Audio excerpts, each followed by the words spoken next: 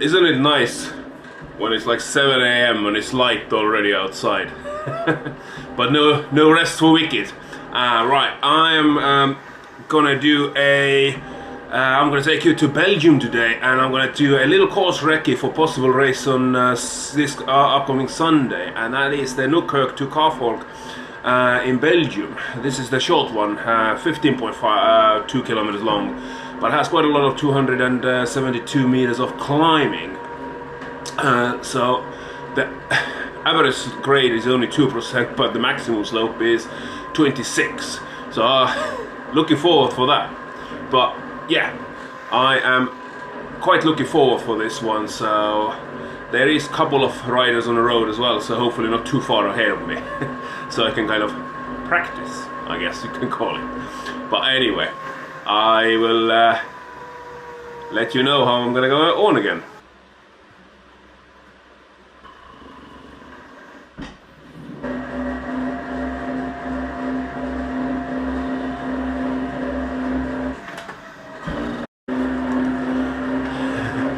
The riders ahead of me are almost 11 kilometers and 12.5 kilometers ahead of me, so I won't be catching them, that's for sure. But what can I say? It's straight uphill, and then I will have a lovely long downhill a bit, and then I have a very steep bit. Oh, turn!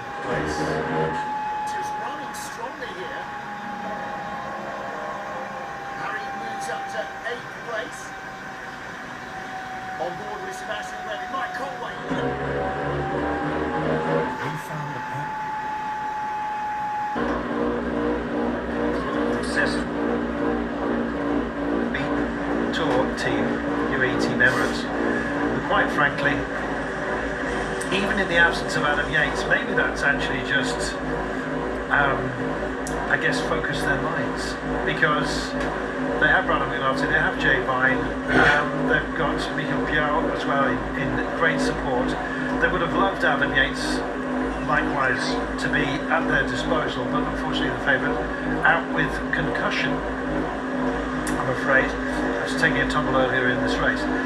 So it's whether they've got the resources to back up Jay Vine. Brandon McNulty's not out of the frame either. There's some very modest margins at the top overall, and quite frankly, anything can happen up tomorrow, Jebel Happy. And I'm just watching my jet coming in for later on in the day in Carlton. But you're right, I think with Yates out, it could have been a bit of a kind of lockout for UAE Team Emirates. A bit kind of dominant display, but it just kind of opens it up, the racing. Take nothing away from Jay Vine. I think Jay Vine's very capable of kind of winning, and he's got that 11-second buffer, and you get 10, 6 and 4 on the finishing line, so I really do think it kind of opens the race. I think they will be attacked, and I think tomorrow's stage will be another good one. Well, Brian may well be needing that private jet a little bit later on, jet-powered helicopter. And just after this race, do not miss the beginning of the season of the Classics. The Omno Newsblad will start the couples races campaign in Belgium. 202 kilometres for the men, 127 for the women. Who will win this? After the legends of Dylan van Baarle and Otto Kopecky, amazing solo wins last year, this is only the first race of an amazing 6 weeks of classics. Oh, don't miss them on Eurosport and Discovery Plus. Brian Smith is not going to miss it. He's going to be taking off, heading to Het Nieuwsblad immediately that we finish here today, along with, of course, Matt Stevens.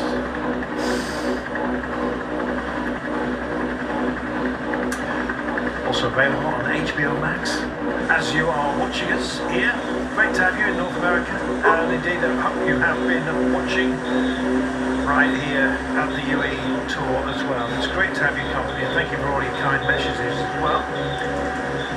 Keep going over a minute. Whew. That was roughly 3 minutes of itsy bitsy teeny weeny bit of pain. Whew. So I can already tell that on Sunday, if I manage to get home before the race, this is where you need to regulate yourself, not go mental.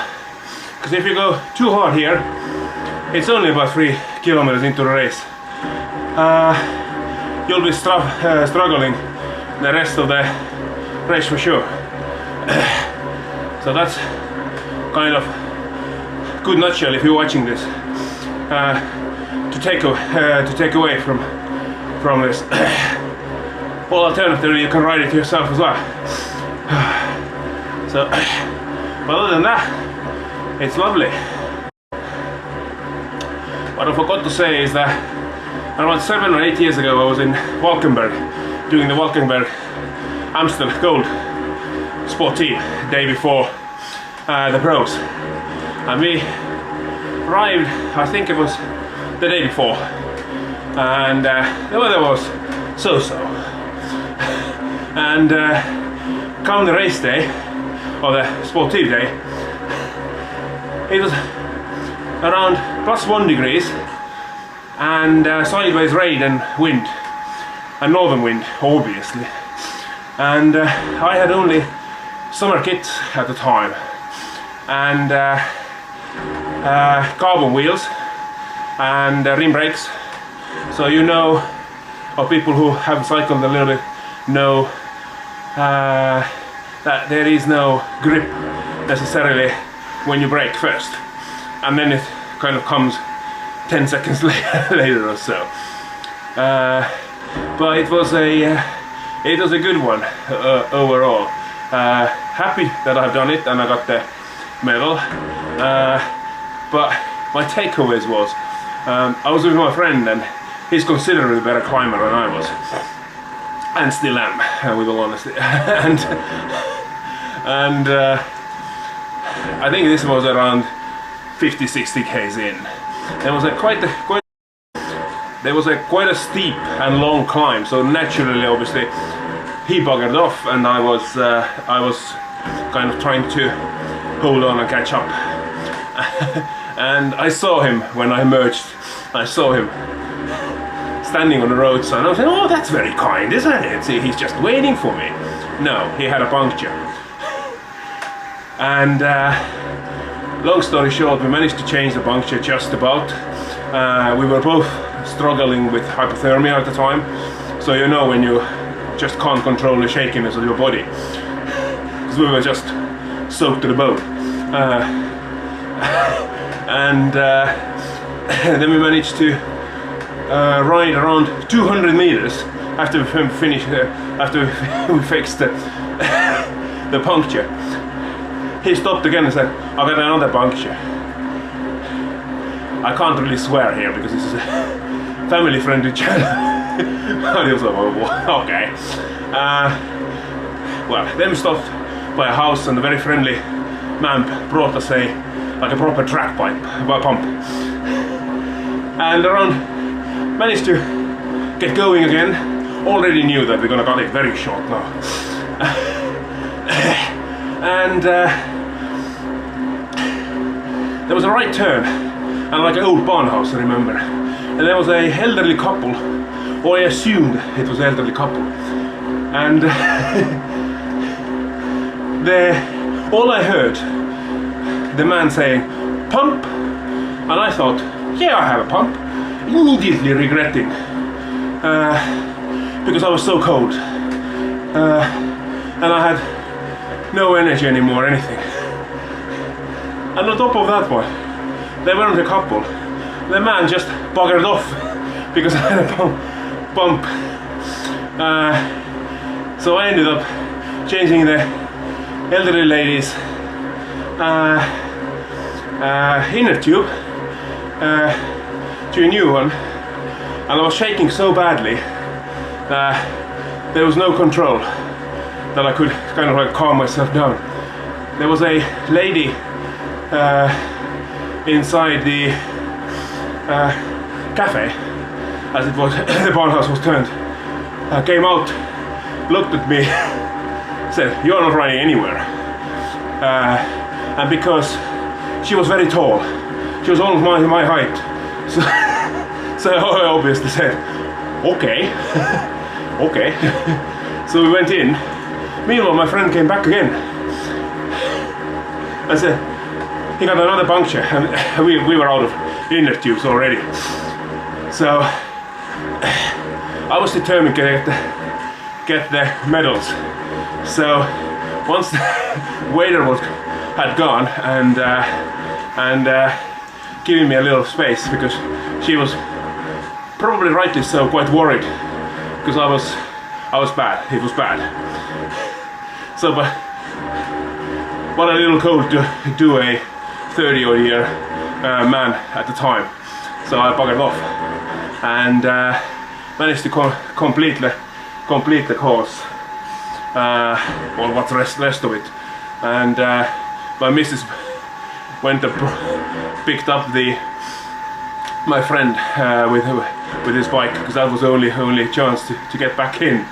And that's my memory from Amstel Cold. Overall, it's still never again. I don't want to do it. But I spent 4 minutes now explaining that. So I'm 7.8 kilometers in now. So this is actually quite alright. I'll do a good tempo. But I'll carry on. That's sort of affordable bowling. 11 meters, you thought you price. It's affordable. I'll have a go at that. Yeah, maybe consider this quite expensive out here, but maybe the bowling is cheap. You've got a Scotsman and a Yorkshireman here, be like a bargain.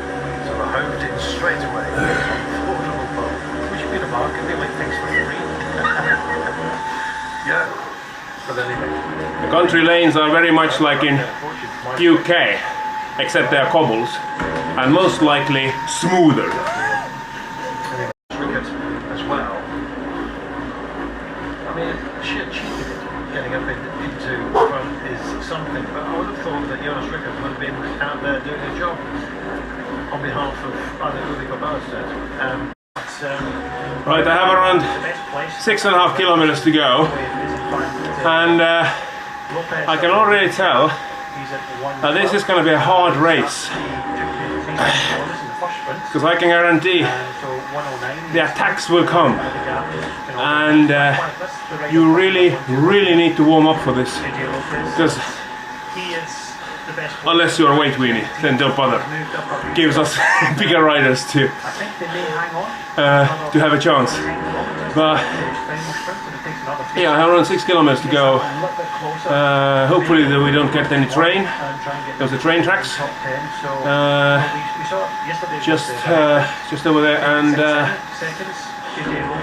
now it's quite fast. I'm going downhill about 55 km per hour, which is hardly the reality.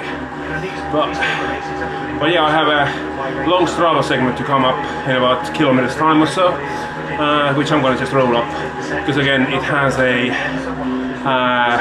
very dark red bit, so I assume it's going to be maxing out around 20%, maybe just under. But then it's kind of, again, it seems to be pretty much flat, so, but rolling hills most likely. Right, I'm just approaching the Markelo segment, which is 1.3 kilometers long and has around 70 meters of climbing, if I read it correctly. And the KOM rider is already gone. No surprise there. I'm going to just roll this one and enjoy the scenery, I guess. Ryan had a day off yesterday. Will he come all in today? I think he will. Watch out for Tudor Pro Cycling Men in Black. Cue the music. I don't think it is a day off. I think it was partly because of the chaotic finishes. I think he wasn't able to sprint, so in wrong position, wrong time, and I think a lot of the sprinters have been in a similar position of decline. It's just the longest of phases. Those close to 20% climb, they just are not for me. It's just rolling up there. It's kind of tricky. And again, if you're tired, they are not easy in any shape or form. So it's quite hard to find a rhythm, because immediately you're again up and down rolling road territory. I'm back to the narrow country lanes. This time tarmac though, which is good. Ooh, 4Ks to go. Come on, let's do this. And then, hopefully on Sunday, I'll do a little bit better than today. So that's segment 10, 406, only over 2 minutes behind KOM. Like I care, maybe a little bit, tiny bit. They have to, they can't kind of hold back. And I'm not going to say they're going to take more risk today, because I think it is a risky business, sprinting, and you know, we've seen the risk takers in every sprinting we've got here. Everybody knows that, you know, when gaps open, you have to go through. Only around 1 mile, 1.6 kilometers to go now, and this is going to be a fast finish. I still have 80 meters of climbing, but it's all kind of a little bit downhill, which is quite welcome, because as we know, the biggest difference you would make on our uphill section. So I'm currently cruising 200 watts roughly, freewheeling now, and I'm doing 41 kilometers per hour. Admittedly it's minus 1%, but still, so it's not bad. So yeah, this is quite fast. Little uphill section between the woods, which you can also almost kind of freewheel, with all honesty to you. And then you emerge again to the sunshine, which is always welcome. 800 meters to go now, so it's gonna be good. But now it's 2.2% plus, so I assume the last 700 and something meters will be all slightly uphill. So no rest for wicked, as they say. No rest for wicked. Oh please. Relax inside the last 10 kilometers. This is going to be I say a last 3 kilometer real full on 60 or 70 kilometers an hour. It's going to be a fast run in towards this finish. Whew. Well, that was it. Took me just under 31 minutes. What can I say? This is definitely a power course. So it starts uphill, then you have a lovely longish downhill, and then it's very steep uphill. Most likely took me just over 3 or 4 minutes. I need to have a check. And then you have rolling hills again. But it's never this is never a settling, so you will constantly have up and downhill and all the rest of it. And then the last kilometer and a half, I would say, is pretty much rolling hill till you hit like up to 3% uphill section, till 200 meters to go. So, and I think if your legs are empty by that time, you will lose a lot of spaces over there if you are in a bunch. There is no way, you just need to power it over, because the downhill sections, they just are not long enough to go and do a difference, especially the 200 meters on the finish line. You'll be spinning empty by the time you're gonna get through the finish line. So it's, again, this is a good race course from Inside Cycling World. So yeah, it's looking forward for this one.